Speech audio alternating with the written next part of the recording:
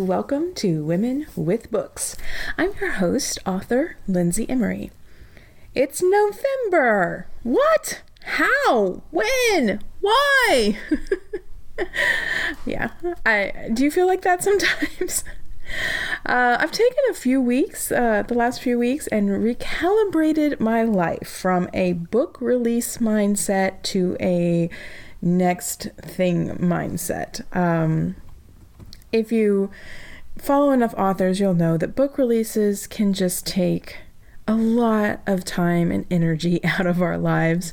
And as exciting as it is, and I mean, I kind of miss it after it's gone. I even told my agent that I was bored afterwards, and I think she was a bit dumbfounded when I said that. But I meant that it's just, there's so much going on. You've got newsletters, you've got emails, you've got interviews, you've got promo, you've got all these things that you need to pay attention to. And then the book releases and it's like, whoosh, this adrenaline just dies down and you wonder what you have to do with your life. But yeah, so that happened at the beginning of October, and then I had to take a little time and recalibrate and go focus on the next thing. And you're probably asking, oh, Lindsay, what's the next thing? And that's a really good question. I, of course, still have lots to promote for the Royal Runaway. That actually it's died down slightly, but it doesn't ever really die down. So I'm still keeping up with a lot of the promo and marketing I was doing for that. In fact, I should probably mention this. I announced it last week, but honestly, I've almost forgotten it because I was sick in bed, like really sick. Lying in bed, don't really remember people coming, like my kids and my husband coming in and out of the room, and I didn't really even remember it. But I get alerts on my Garmin watch when certain people email me.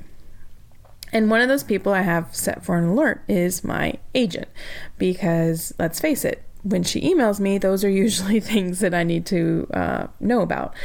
So last Monday, I was in bed and I get the alert from my agent and I go, oh, I need to pay attention to this. So I drag my sick, weary body out and read it. And it's a big announcement that has come out in Deadline magazine that my book, The Royal Runaway, has a film option and a production company and a director attached, and that I need to let the world know about it. Now, of course, I've known about this for a while. These things you may have gleaned when I've talked to other authors with film deals like Heather Cox and Jessica Morgan and Terry Wilson and Christina Lauren, all these fabulous women authors that, I've been talking to them about their movies, and sometimes they can't say stuff and sometimes they are like, I don't even know how to answer that question. This film stuff is weird, and, it's a whole new world. It's a whole new schedule. It's a whole new set of vocabulary. And like a lot of the publishing deals that authors can't usually talk about, sometimes we can't talk about film stuff either. Film TV. So, but now I got the go-ahead. It was in Deadline friggin' magazine. My Gallery Books and Simon & Schuster have reported on it. The production companies and everyone's been talking about it. The Royal Runaway has a film option and a production company and director, and I can finally announce it. So, wow, so exciting. Yay. I hope you're all cheering while you're on the treadmill or driving around. It was really exciting, and it really did make me laugh that this is the glamorous life of an author. I'm sick as a dog in bed, and I keep lifting my head up every once in a while to tweet or to Instagram. And everyone was being so kind, and I do think all that wonderful energy, people were liking it and retweeting it, and I think I still have some emails to send back because people were emailing me, and I'm sorry I didn't get back to you, but like I said, things just I had to focus on repairing my flu-ridden body. Oh my gosh. So hopefully that will be a next thing fingers crossed. Hopefully there will also be other royally good news to share in the upcoming weeks or months.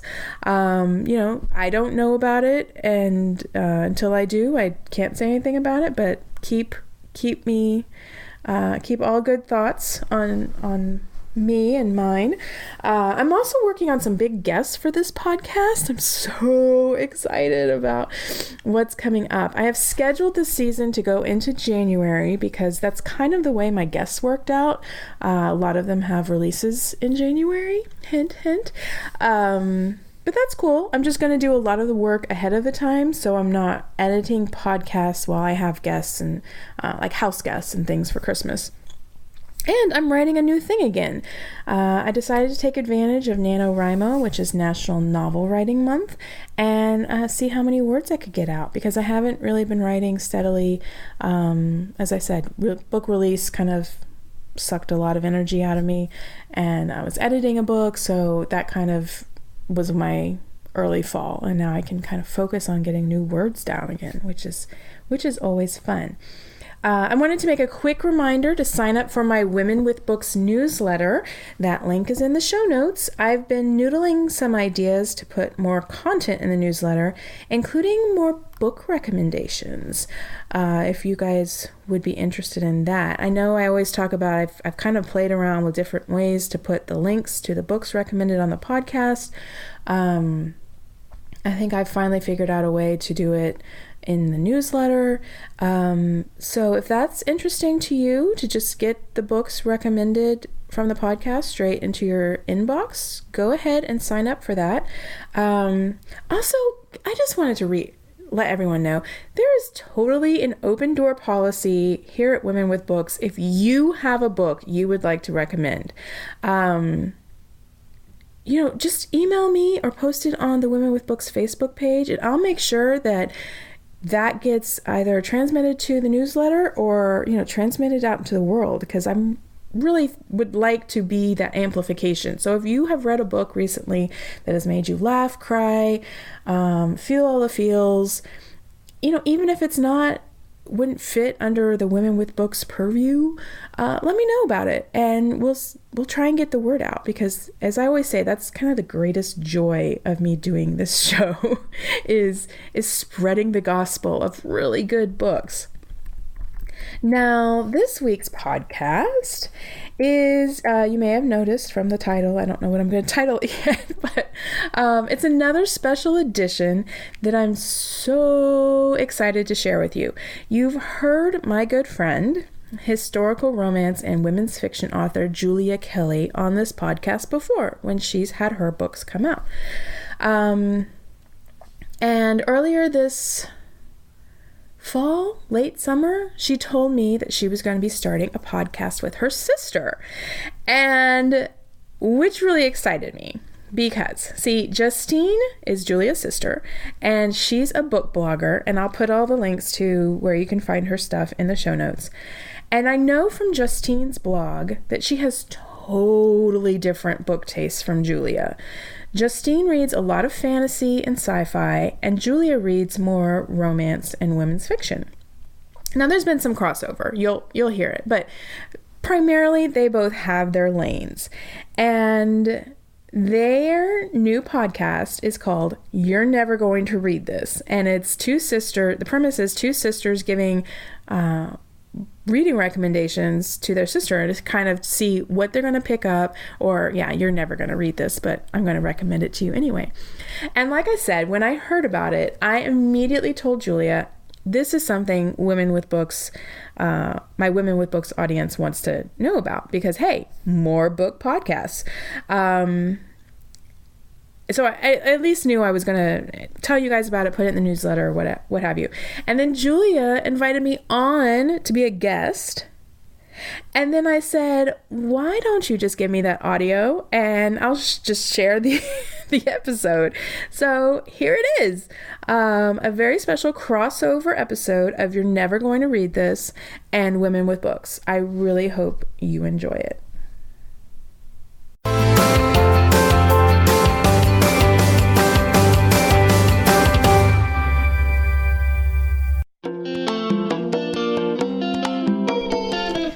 Welcome to another episode of You're Never Gonna Read This, the podcast of two book-loving sisters who never read each other's recommendations. I am the author, Julia Kelly. And I am the blogger behind IShouldReadThat.com. I'm Justine. Today we're doing something a little special. We've invited our very first guest onto the podcast, which is pretty exciting. And our guest is Lindsay Emory. Welcome. Thank you. I'm so excited. Am I really your first? You are, yeah, very first. I feel like I should have bought you dinner or something. I don't know. Transatlantic. Yes, exactly. So we're pretty excited about this because Justine and I have been talking to each other a lot and trying to persuade each other about the books that we want the other to read, but we haven't had a third opinion in here. So I'm pretty thrilled. And I'm also really excited because you've got some pretty big stuff happening this month, including the release of a book. You want to tell us about it? Sure. My book, The Royal Runaway, is releasing on October 9th or 9th of October, depending on which country you're in. And which date format. Yes, which date format. That's a whole nother thing. But it is being released around the world with a couple different covers, depending on where you are. And it will be very exciting. It is a story of a princess of a completely made-up country. So don't at me that it's not realistic, because I get to make it up. Also, it's about a princess. I mean, it can be about whatever you want it to be. Right. Yeah. How many of us actually know what that's like? Well, I do, and you will too when you read my book. And it's a princess who starts off with, she is jilted at the altar on her big royal wedding day, and then it kind of follows from there, finding out why she was jilted, who did the jilting, why they might have sent other, all the things. She gets whisked down, adventure, suspense, mystery, and more romance. So that is it. And this is a bit of a departure from the last couple of books that you had come out, which were more on the cozy mystery side with... But actually, you know what? I've read this book, so I should know this, but it definitely has a really strong mystery to it, too. So I'm thinking of it more along the lines of, like, women's fiction romance, maybe some Meghan Markle in there a little bit, but it's definitely a mystery. So I take everything back that I said. Yeah, it's kind of mystery amped up, or romance amped up. I mean, I just got the idea of, like I said, I dreamed this idea of this princess who was jilted on her wedding day, and then her sneaking out of the castle, and I'm like, well, what would she find? What is she looking for? How would people treat her? And I just kind of smushed all my favorite things about books into one book. Sounds amazing. Thank you. So Justine, I have to say, has been really jealous because I got to read this a while ago, and I actually have a copy of it in my house, and she does not. So I have one via NetGalley now because your UK publisher put it up on NetGalley, and let me tell you, my finger hit that request button so fast. Oh, wonderful. So technically, I kind of have a copy of it, and I'm really looking forward to it because it just sounds like something that I would just really, really love, especially because it has those mystery elements to it. Yeah, the mystery elements, and I do think that when I was trying to decide how I was going to describe this book, I do think you are a fantasy lover, and I do think these royal stories have kind of that element of fantasy in that you are creating this whole new world that you get to make the rules out of. You get to make up history and titles and subplots that no one else gets to say they aren't true. Yeah. So I would say, maybe contemporary fantasy is my new genre I'm making up. I love that. That sounds great. Well, and you make a really good point because the world building in this book is so incredibly strong. I mean, it really is incredible. I don't know what your book Bible for this looks like. I should have asked you the last time I saw you to show it to me, because just between like the history of this country and the ruling family and all the different things that happen and the palaces and the names, I mean, it's so layered. It's incredible. Yeah, I think I have been encouraged, possibly by you, Julia, to write that book or to compile that story Bible. I have not yet done it. I have been working on projects, and it's such an arrogance, right, of an author to be like, it's all in my head, it's fine. But it's not. I need to sit down and spend some quality time with me and Scrivener and some control finds and Well, I am just as bad. So I'm the first to give advice about write down the names of your characters, and the last one to actually do it properly. So, as my copy editor will tell you when trying to edit my timelines. I do think I have a couple of hacks I think I'm going to use. So one was when the book was copy edited. They make a list of names and characters and places that are in the book so they can make sure they keep track of that. And then also when the book was prepared for audio, they made a list of the foreign sounding words that they needed pronunciation guides for. So I think with those two things, I might be able to smush those together and have a good skeleton of the Bible. Well, we'll hope. I'll get back to me after I start that. No, definitely. We won't hold you to it, but it is definitely something that I think all of us wish we had while we were writing along. So I also wanted to talk about a wonderful podcast that you host as well. And actually, you are very much part of the inspiration for why we decided to do this podcast. True. Because you have, okay, I'm going to let you describe what it is, but I'm just going to say you have the best guests on. Well, thank you. I do have the best guests. They become the best when they say yes to being on the podcast. My podcast is called Women with Books, and I started it just to have the conversations I wanted to have about books and with authors. And, it's really just kind of me as an author and an avid reader going, reading a book and going, oh man, I really want to talk to them about that. And so, what better way than to create a podcast and, strong arm them into conversations. Why not, right? Yeah. They want to talk about things too, generally. And if I ask somebody and they don't want to talk about it, then they are not the best guests. So that's fine. There you go.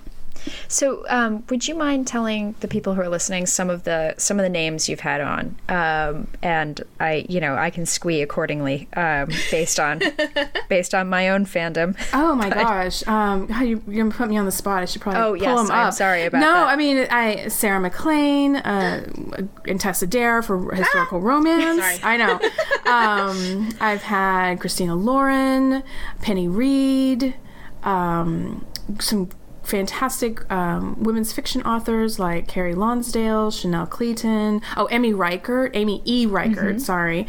Who's always so much fun to listen to because she always talks about food or cider and beer and things like that. And I walk away from those podcasts being like, I want all the things. She's fantastic. And honestly, I think, a lot of my guests, once we get off the air, once we stop recording, I will tell them, I'm like, you should have a podcast because you are so good at talking and you've got such varied interests. And Amy, I think, was one of the people I said, you should have, you're natural, you're ebullient, you are enthusiastic, and you love books and food. And hi Amy, if you're listening, you need to have a podcast about books and food. Yes, I vote yes. I know. But of course, I've also had this really, really, speaking of historical romance, Julia Kelly was on my podcast. So who's she? She sounds weird. Oh, no. You should spoken like a true little sister. You should always listen to her recommendations. Yeah, and read them too, Justine. I feel shamed. Do you feel very seen in a negative way? Yes. I'm working on it, I said. So the first episode that Justine and I recorded together, I was listing off all these books that she's recommended to me and I've read, and she tried to do the same, and she was like, oh no. I had 3, and you had 7. Yep. Yeah. Oops. But anyway, it is what it is. Are you getting closer? You've recorded a couple episodos, which I haven't gotten here yet. So have you begun to see the other side, or are you just doubling down and saying, no way? I think both of us are. I think we've I don't know about Justine, but for me, it's definitely been a balance of trying to read all the things that I would like to read anyway, and various, friends' books and advanced reader copies I picked up at RWA and all of that stuff. And then it's also the balance of Justine's recommendations, as well as I feel like I still have so much to learn about the genre that I write in. I'm just trying to read as much as I possibly can. And so it's definitely a balancing act. But yeah, we have been able to successfully go through a few of each other's books. So I am almost done with my first one. And of course, I picked for my first book of Julia's the 600-page one, but I'm almost done. I'm in the home stretch. We were talking about it earlier. I'm so close. And then hopefully a few of the other ones will be a little bit shorter. Well, I will listen to those episodes so I can learn more about it. But here's the downside of having a book podcast, and I think, Julie, you've talked about it, and Justine, you've probably identified this as well, being a blogger, is that sometimes you have to read things for quote-unquote book work, and sometimes you can't just be impulsive or if read what you want if something else comes across your desk, but then you do, and then you're behind on what you need to be blogging or researching. And I was gonna say, that's maybe 50% of the conversations I have with Justine. Just me in a panic. Well, my problem is that I read a lot of advance copies specifically for the publication date.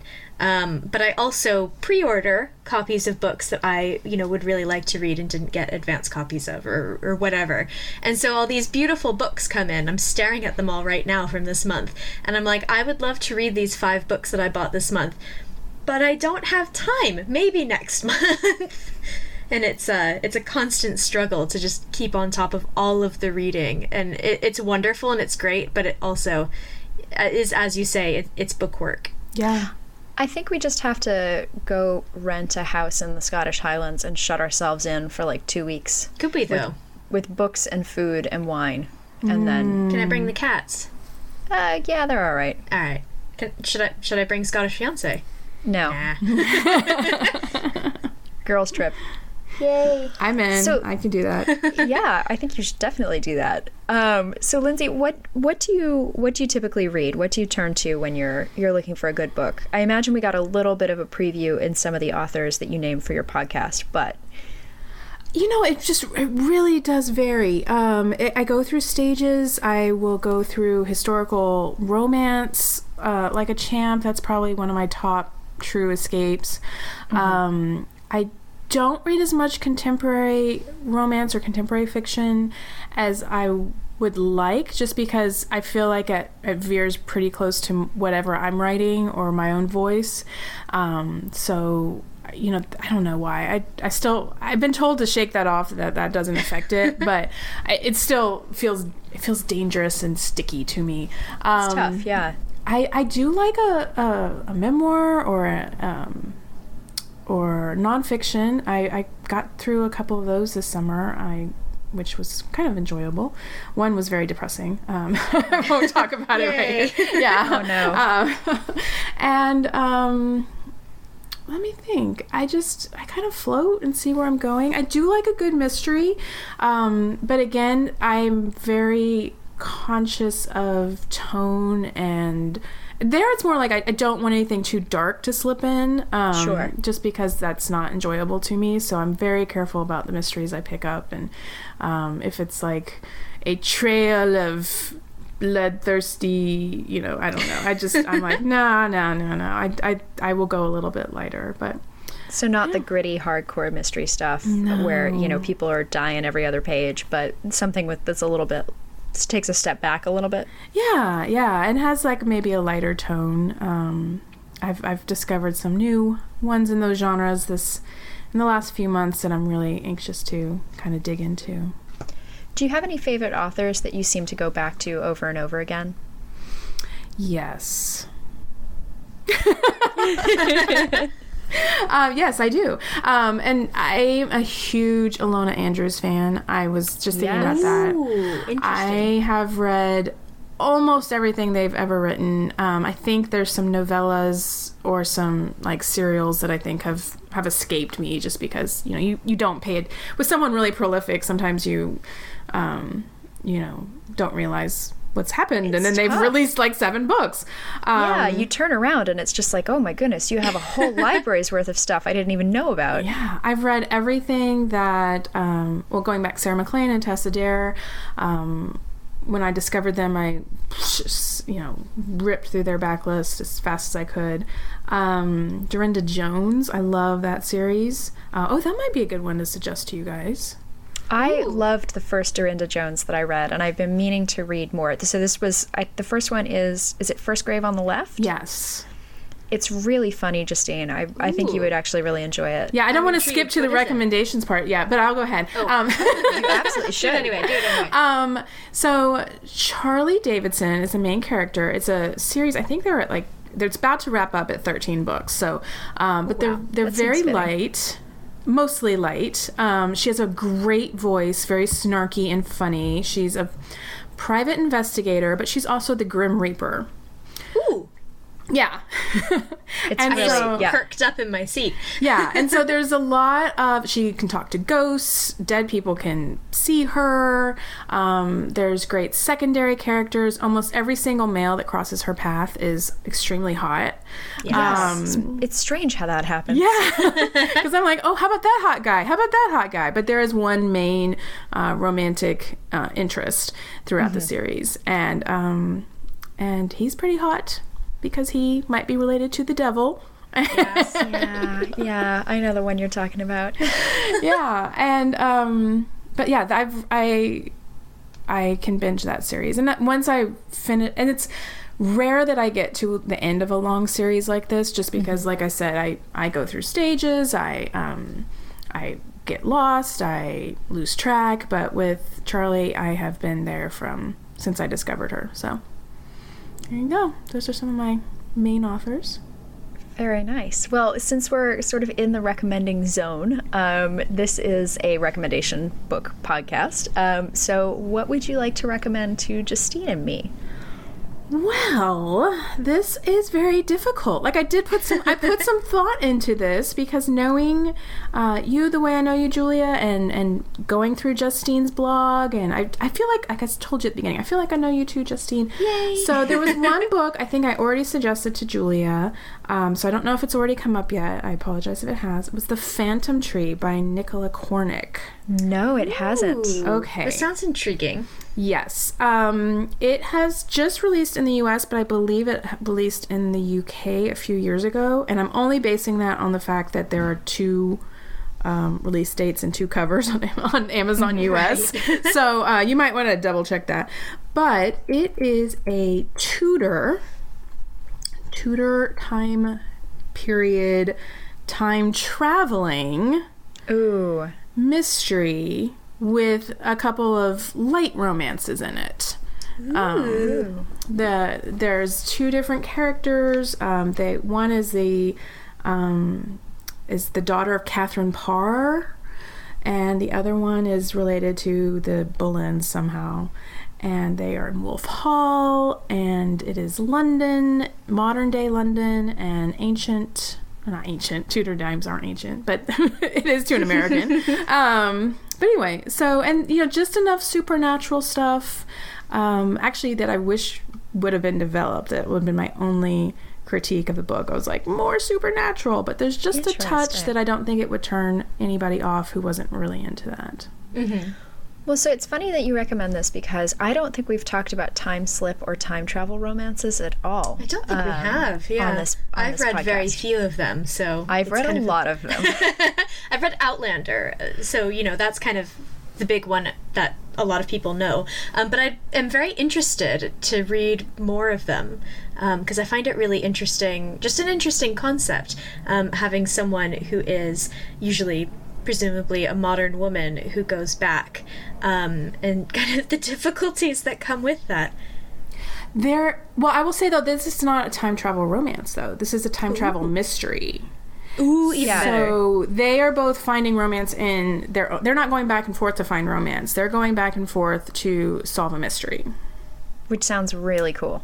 Yeah, and it's kind of got an interesting female dynamic between these 2 women that I don't know how y'all are about how you feel about friendships in books or sisterhood and stuff. Pro-female friendship.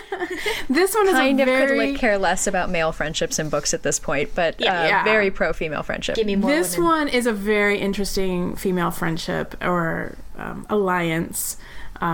Maybe a better word, but I think that would be one I would definitely recommend for you too.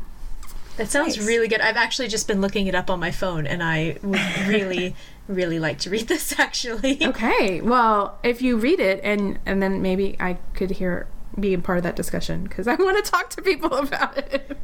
I know. Well, that's the thing, right? That's why you recommend books. It's not just the love of the book, but like, please let somebody else be interested in reading this as well. Yeah.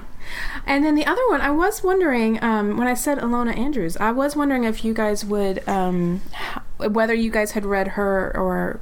Never. Okay. And I feel sort of really embarrassed to have written romance for a fairly long time and for that to still be the case. Okay. Justine, have you read her or them? She's the one that does the Kate Daniels books, is that right? Yes. I have heard so many good things, and I actually know some friends who are really hardcore fantasy readers who, like, love her books so much, and I would really like to read them. But I haven't yet. Right, because the Kate Daniels series is also like a 10-book series, and or 12 books, 11, something, 10 books, I think. The final one just came out, so it is complete now. So if you did start Kate Daniels, you would know it was complete. There's also a spin-off of that just started, so if you wanted to get on the ground floor. But where I would tell both of you to start would be with the Hidden Legacy series, which is... little bit more on the romance, but in a very cool alternate world where there is magic. Like magic has taken over the world, basically. So, but it's urban fantasy, right? With romance. I am looking them up right now because this is my time to get into. I've been meaning to read these for ages. Yeah, this would be a good time because the first the Hidden Legacy series is a trilogy right now. I think it's going to continue in some form. But that's complete. The Kate Daniels series is complete, and they've just started a spinoff. So you can kind of like pick and choose based on what sounds good, but I'm urging as many people right now to get into that. What is it about these books in particular that kind of pulls you in? What's the thing that hooks you, do you think? The world, I mean, this is the thing. I think you could start seeing similarities between this and The Royal Runaway, which is the world building, but you've also got romance, you've also got adventure, you've also got, you can have a strong female hero, strong female heroine, and you can have an alpha male, and those are both expected in the genre. You can have her own powers, he has his own powers, and then what Ilona Andrews does really well is that they work together. The hero and the heroine find a way to like bring out the best in each other, even if there's romance, conflict, blah blah blah. You know, at the end of the day, like in the Kate Daniels series, Curran is the main hero. He is mighty lion shapeshifter. But no, he's not. That's fantastic. Yeah. But there's some days where he's just like, he throws a sword at his wife, Kate, and goes, go after him. You know? So I just love that they can both be strong and fight evil together. You know what's really fun is I didn't realize that it's a husband and wife team writing under that name. I had no idea. That adds like another level of fun to it. I love that so much. I love... when an author is actually two people writing together. I just find that so much fun and so interesting. I recommend this author a lot to, if I have a male acquaintance or friend who tells me he likes fantasy, I will recommend Ilona Andrews to them just because once you read it, you can definitely hear the males. I don't know. I think it's a very easy part for men to get into. The weapons descriptions and all that kind of stuff are extremely accurate. It's not like, I don't know. I think you can tell that they are both bringing the best parts of them to the stories. Right. Sure. That's really cool. Yeah. So this is a big gap in my reading knowledge. So I would definitely be up for that. It sounds like a lot of fun. And it also sounds like one of those things where if you find an author you really love, there's so much available. Yeah, which is a treat, right? Yeah, definitely. I love that so much. So do you find that people, when they come to you for recommendations, do you have trouble fitting the recommendation to the person, or do you, are there sort of some go-to books that you always recommend? How do you kind of approach it? It's a mix of basically whatever I'm enthusiastic about right then. Sure. This year I went through a couple of stages where I kept recommending the same book over and over because I'm like, okay. And it's so self-interested. I also want to talk about it. Yes. I just read, let's say earlier this summer or earlier this year there was Next Year in Havana by Chanel Clayton, or I think I read it maybe January, December last year, The Seven Husbands of Evelyn Hugo. Yes! Oh my god. Okay, yeah. And when you I've been trying to get Julia and Mum to read that, actually. Really? We have a copy of it, yeah. I read it while we were on holiday in France and just, devoured it. It's so good. Julia, you would not read that book. Well, it's not that I won't read it. It's a logistical problem. My mother has it, and I have no idea where in the house it is, because the house is sort of half unpacked right now, so it's floating around somewhere. Maybe Dad knows where it is. He also seems somewhat interested in that. So yes. Yeah, you would love it. Yeah, with the old Hollywood and everything. That's really great. And it's funny you guys mentioned that, because actually Marla, so Lindsay and I have an editor in common, and Marla actually emailed me and was like, have you read this book? Because I can send it to you. I was like, we already have a copy, but thank you. Marla, send it again if you're listening. They lost their copy. It's somewhere. There's this magical place called a bookstore. Go get another one. I know. Yeah, Julia. This is bad when I have my sister and my friend on a podcast and I get ganged up on. Now you know how Justine felt a little while ago. I like this. I like it. I can switch sides. You can. And nobody's going to fault you for it, because both of us are absolutely, yes, we should be reading what you're recommending. Yeah, so if there's a big book like that I know is out there and I read it, and if it's still in the stores, I'm just going to go ahead and recommend that, because why not? And then if they seem more particular or something, I'll ask them more questions. Like my neighbor, when he told me, he's like, oh, I love fantasy. I don't really have a lot of fantasy recommendations to give him, but that's why I was like, oh, you know what? I think male fantasy readers could find something they like about the Kate Daniels series if you can get over yourself that there's a woman with a sword on the cover. What? No. I know. Never. I know. They're so stupid, but... Well, it does seem ridiculous to cut off an entire genre just because it's supposedly written by a woman, supposedly, and, there's a woman on the cover with a sword, or, whatever. It really does seem ridiculous. So I am 100% with you as to pulling people over to the side. Thank you. Yeah. Yes. Well, it's funny because you see that there's been a lot of conversations on sort of my part of Twitter, of book Twitter, about getting boys to read books by female authors, or, books that have a girl on the cover, and parents or librarians or booksellers or whoever saying, well, he can't read that because it's for girls.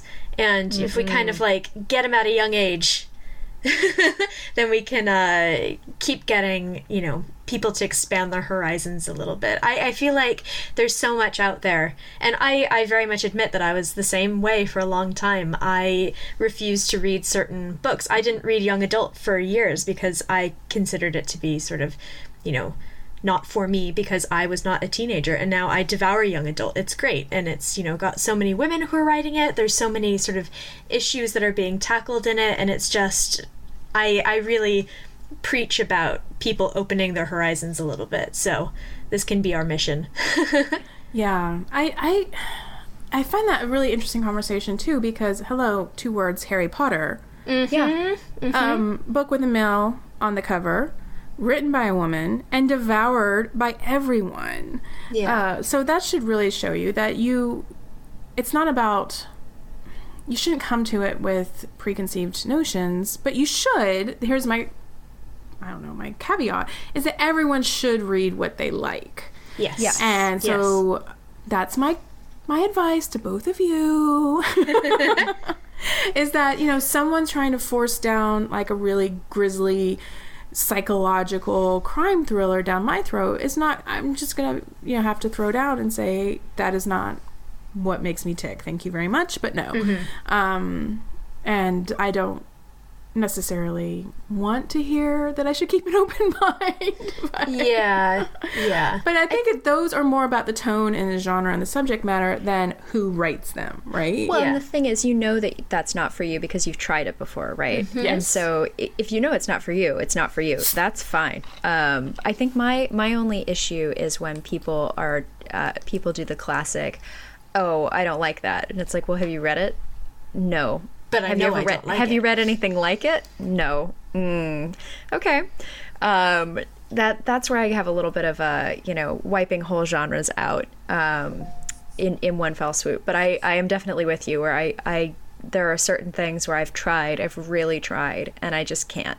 Yeah. And one of my big ones is within the literary fiction world, the sort of like the fight clubs and the really hardcore, like super masculine style books. They just don't work for me. I just don't enjoy them. And I've really, really given them a go. And it just, unfortunately, doesn't click. But also not unfortunately, because you have to filter out books at some point, right? Because there's just so much to read in the world. Yeah, Right. don't remind me. Justine's perpetual angst about how large her book list is. I was telling, actually, Scottish fiance when we were hopping on the bus to work this morning that I'm, like, teetering on the edge of getting really nervous, so I'm going to have to start reading really fast to make myself feel better. It just keeps...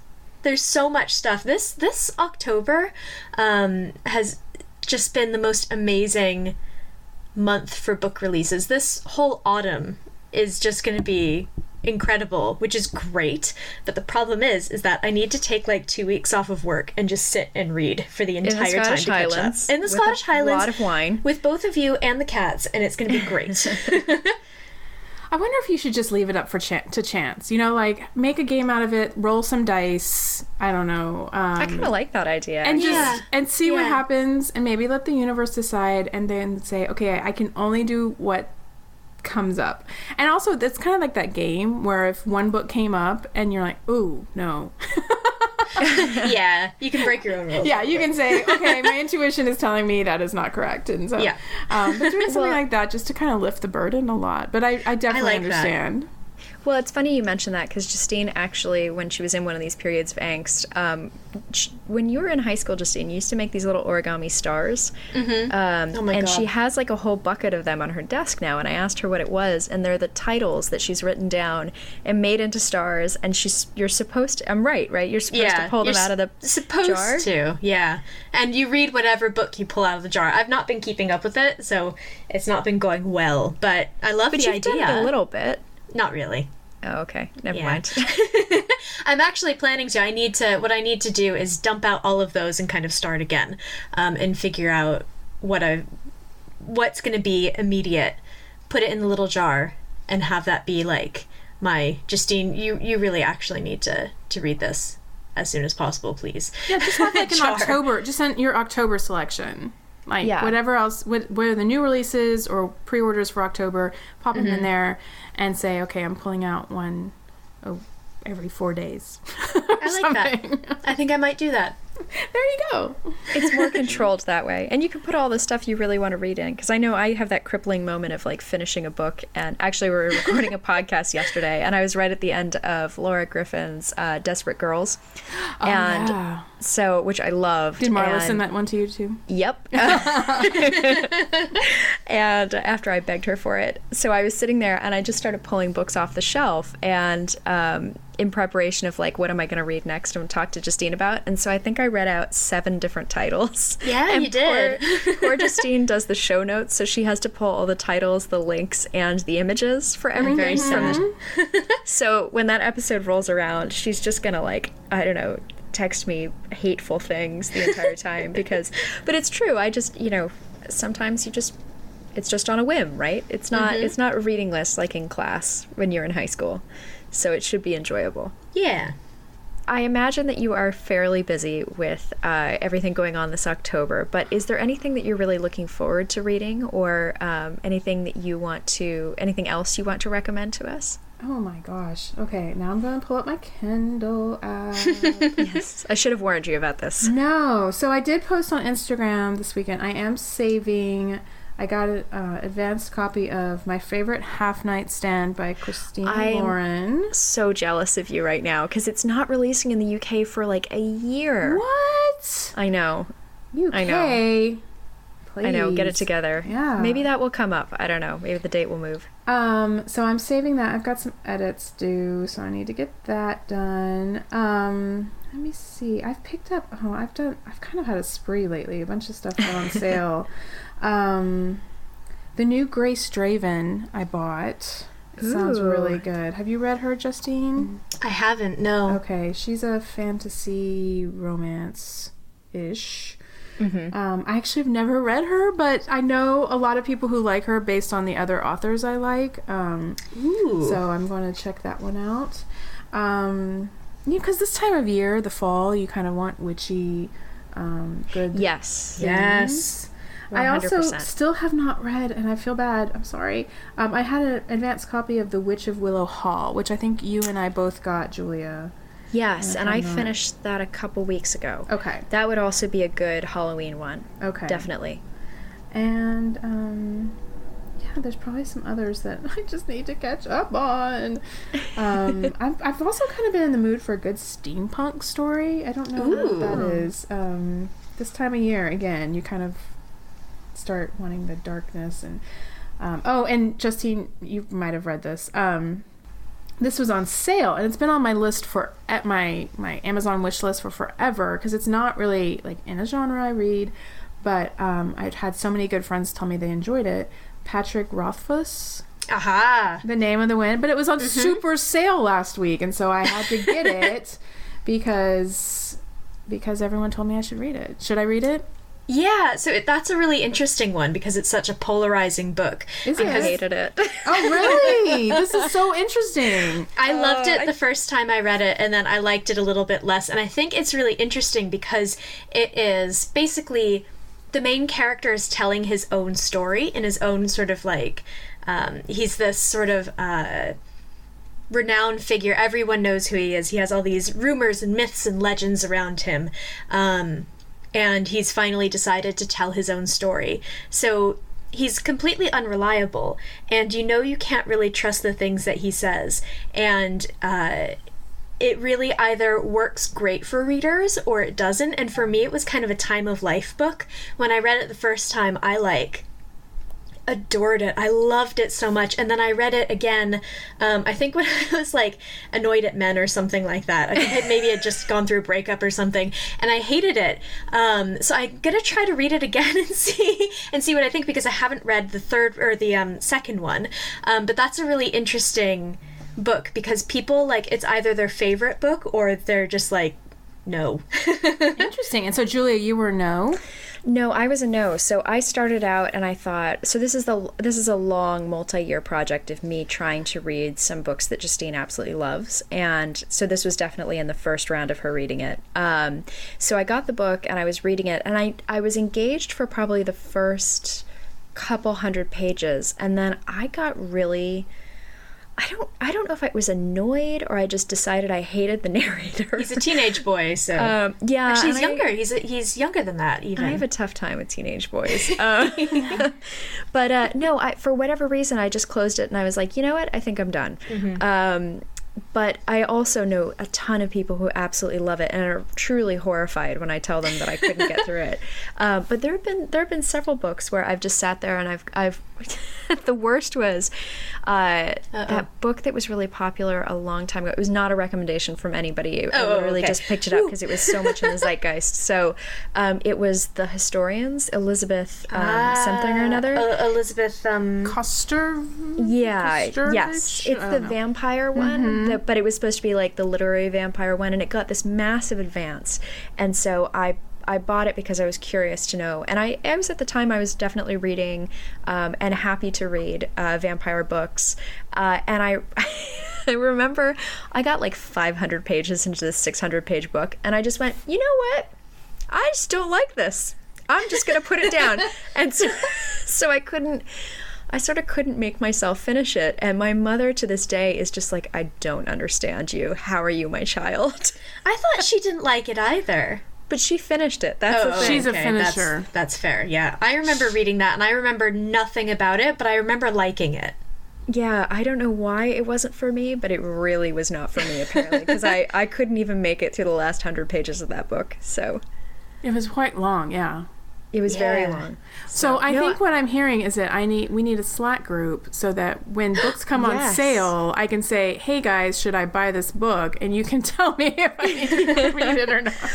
Well, I don't want to make it sound like Name of the Wind is not a good book. It's beautifully written. It took him 14 years to write it. It's one of the most beautifully written books. It's one of my favorite sort of opening prologue pages or whatever, but it is truly one of those books where there's kind of no middle ground. People either really connect with it and love it, or they just don't. Apparently I fall on both of those sides, so that's very, it's a time of life kind of interesting thing. Yeah, I'll have to try it out now, see what happens. Yeah, it's funny you say 14 years to write a book, and my first thought was, oh, that must be amazing. Then my second thought was, oh my god, that must be so terrible. I can't imagine taking 14 years to write a book. Well, the second one, which is out now, took 7 years, and you can imagine he was on contract, and I think that came out in 2012. I was actually interning at his literary agency when that came out, so that was 2012-ish, and it is currently 2018, and there's no sign of the third book, which is supposed to wrap up the series, but we don't know if that's actually going to happen or not. Oh God, I'm going to break out into hives.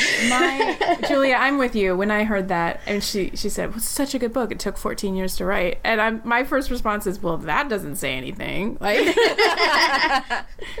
exactly. Lots of good books. It's going to be a long time for the next one. Or it's going to be a very long book, because once you take 14 years, 7 years, people are going to need to have a lot of content in there. That's what these guys who take this long to write book, it's always these guys. They need to just be like, you know what? I'm a dude. I'm going to come up with something decent and just get over themselves and put it out there. That's what. Go to a romance conference, learn from the ladies who write 8 books a year and produce really quality books. Yes. Writing 8 books a year, that's incredible. I wrote Sisterhood is Deadly in 2 weeks. Yeah, that's amazing. I think my fastest was 39 days. I've never written a book, so I'm just sitting here in awe. If you just put your head down and do it, I don't know, maybe. And there's honestly, if I was him, I would hate those books. If I assume we're talking about George R. R. Martin. If I was him, I would hate those books by now and be like, no, screw you guys, I'm not finishing. Just on principle. Exactly. I guess that means I'm not a very nice person. Don't we all kind of suspect that that's what's going on, though? I mean, I think that's exactly what's happening. It's just a kind of thumb at the world. Yeah. Or that's the thing, is that I'm always a big proponent in my own writing and with my friends. If you're not enjoying it, if you're not loving it, don't do it. Because really, at the end of the day, you're lying on your deathbed, like going, why did I waste 14 years on a book that I absolutely hated? Oh, because a bunch of people I don't know were waiting on it. I mean, I guess if that makes you happy, but... if international approval and prestige and money make you happy. But, for the rest of us, we're just fine. I mean, I'm sure I wouldn't mind his advances, but still. But you know what? I don't know. I just think that these guys, again, they could write really good stories in 3 years. Mm-hmm. Like, they obviously have the talent and the imagination and the ideas. Like, just write it in 3 years, and you'd be so much happier. No, I'm with you. I'm completely with you. And just think of the pressure that would be off. Oh my god. Like, George R. R. Martin can't, take a walk to the grocery store without someone jumping on him and being like, what are you doing? Why are you not writing? I couldn't handle it, honestly. Why are you eating food? Stop breathing. This is not allowed. If I were him, I would very much just be like, you know what? Go away. I don't like any... And I'm saying this as someone who's very, very eagerly awaiting Winds of Winter. Oh, is that what it's going to be called? Yeah. You can see how closely I've been paying attention. It's Winds of Winter and A Dream of Spring. And I've read them. I've read them all too. Lord. I've read them all too. But I at this point, I've just decided it's not happening. And just for my own, I don't get disappointed. Then he doesn't want to do it. Yeah. I have this wonderful Game of Thrones series with very handsome people in it that I can watch, and I will just make up my own fiction there. I think that probably makes you a much happier person for it. My thing is that so Game of Thrones was a big deal for me because it was really, I had two big fantasy phases. One sort of pre-internet, so I couldn't look up what books I would like if I liked Lord of the Rings. And then I read Lord of the Rings again when I was just out of college. And I looked up what would I like if I like Lord of the Rings. Ended up finding a Game of Thrones, and then I saw all of these posters on the bus with Sean Bean for the show Game of Thrones, and I was like, well, I love Sean Bean. So I read Game of Thrones, and that kind of launched me into the fantasy reader that I am now. But that being said, there is so much incredible fantasy out there. If people want more stuff like Game of Thrones, if they're tired of waiting, there's amazing stuff out there. You can find other things, and when the next book comes out, I will absolutely read it, but I'm not sitting here like, monitoring his movements, Right. There's other stuff out there. It'd be really weird if you would. Yeah, if you were. We'd have a conversation. But you'd be an adorable little stalker, though. You would look so, like, he wouldn't be scared of you. Probably not. He'd be like, oh, look at this Anglo-American. I don't know. She wields lass. a cat with pretty angry eyebrows. That's so maybe the cat would scare him Well, yes. off. If you bring the cat on scares a lot stakeout. That's funny. I like that idea.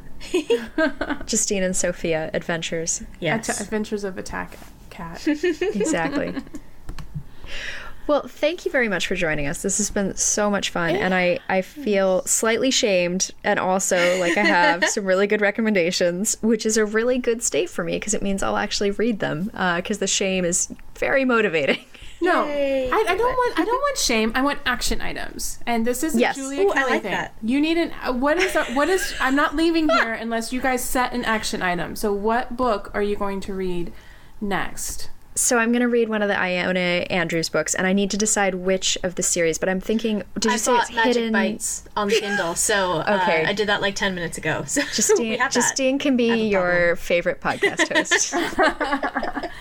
Magic Bites would be good. Yeah, I if y'all don't want to read the same one, for you, Julia, you might enjoy The Burn for Me a little bit more. Okay.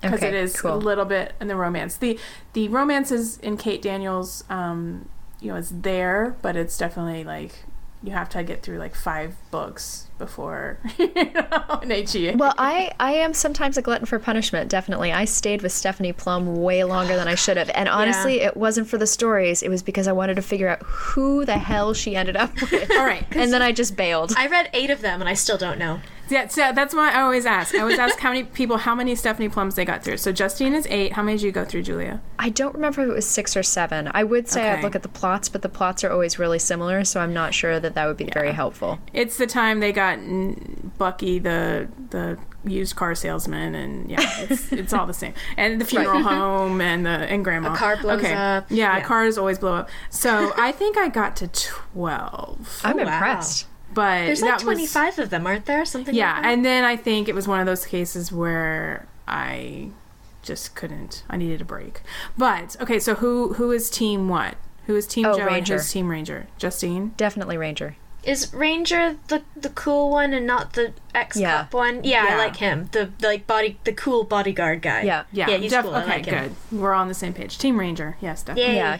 Well, that's the thing. Like, it seemed really obvious which one she should choose. So at some point, I was just like, I've made the decision for you. Goodbye. Now this is over. You're married. Right. I Or know- at least in my head, things are happening. Yeah, I don't understand people who pick Team Joe, but it's okay. No, I didn't I don't understand in True Blood, Suki Stackhouse books either why people would pick Bill over Eric, but that is Me probably neither. podcasts for another day.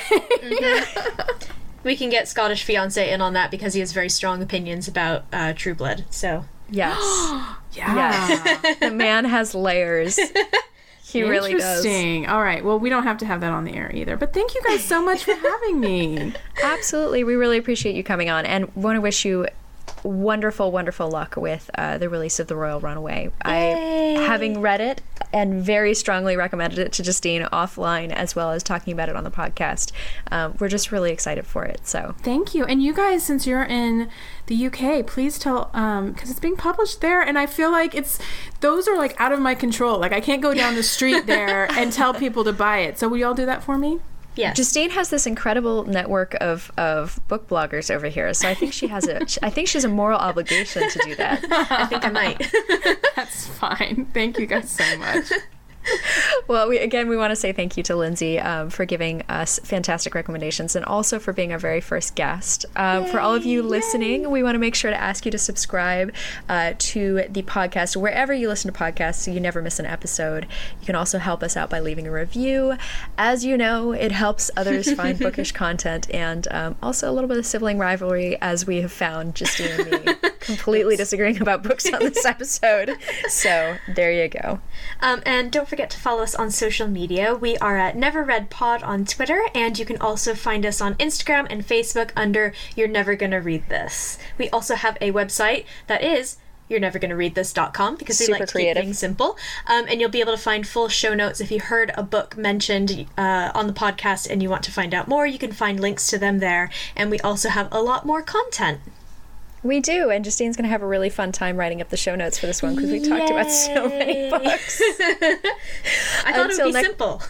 Yeah, no. One book, no. Not at all. Not with me. Just The Royal Runaway. Yeah, you're always going to get extra books with me. Sorry. It's great. I love it. So until next time, we want to say thank you and goodbye. Goodbye.